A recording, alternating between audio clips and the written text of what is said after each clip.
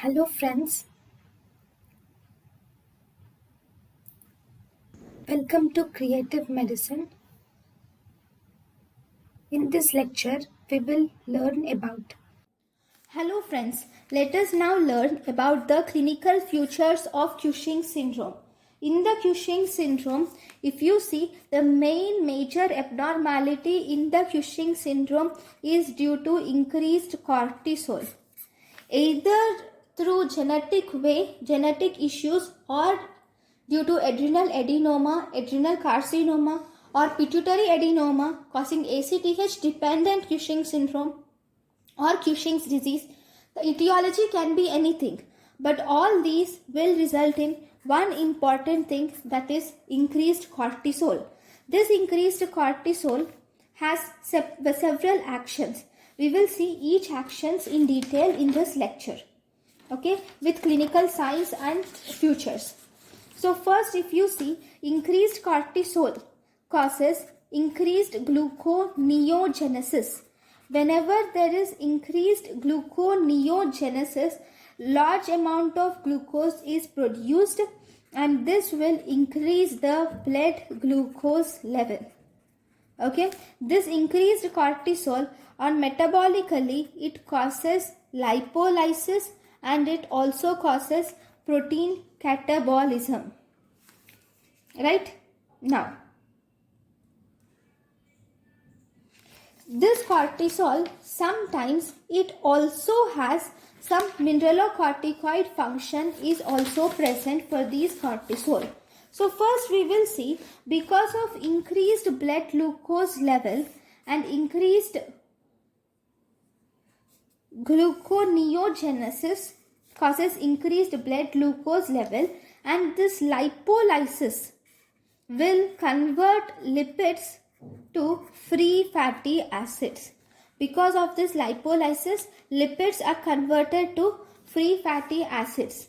Right? Now these free fatty acids will get accumulated in the body, resulting in central obesity and weight gain. There is round face and swollen face. The patient will have round swollen face. See, because of increased free fatty acid accumulation, if you see, the patient will have round swollen face with central obesity. What does this central obesity mean? Central obesity means the central part of the body will be very large and the extremities are very thin. Like there will be abdominal fat. Okay, there will be abdominal fat and there are thin extremities.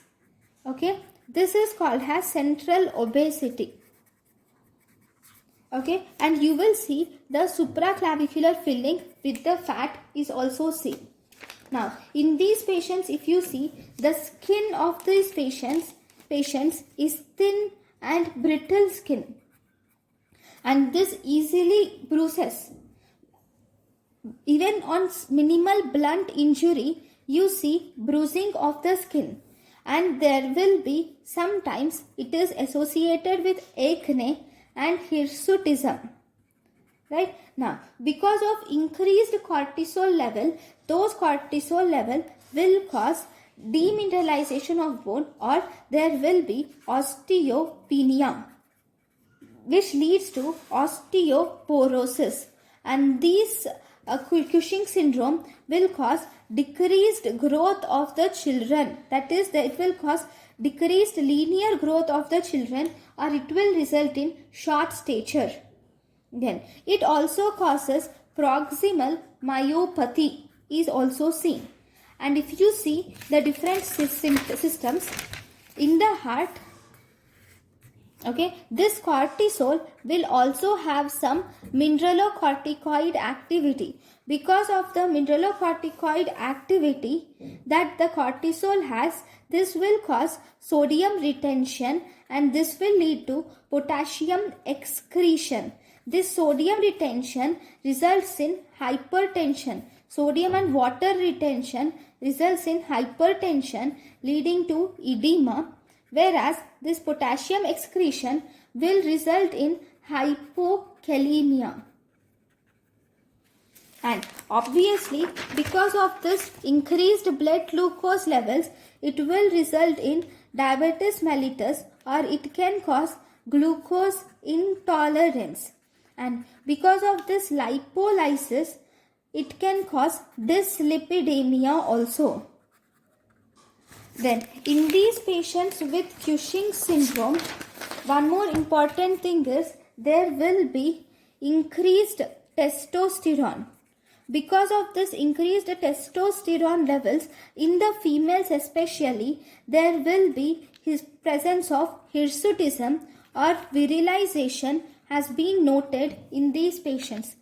There will be decreased libido is also reported, and in females, in the reproductive system especially, in the females you see amenorrhea and oligomenorrhea.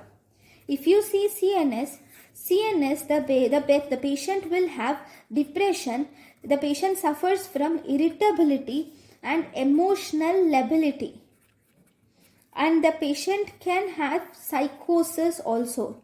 Then if you see blood and immune system, in the blood and immune system, there is increased susceptibility to infections. Because of infections, in response to infections, there is increased WBC count, and these infections can also be due to the parasites, or there can be some allergic reactions resulting in increased eosinophilia. And one more thing, there is hypercoagulatory state is seen due to this cortisol. This hypercoagulability state will result in increased risk of deep vein thrombosis and pulmonary embolism due to this cortisol. Right?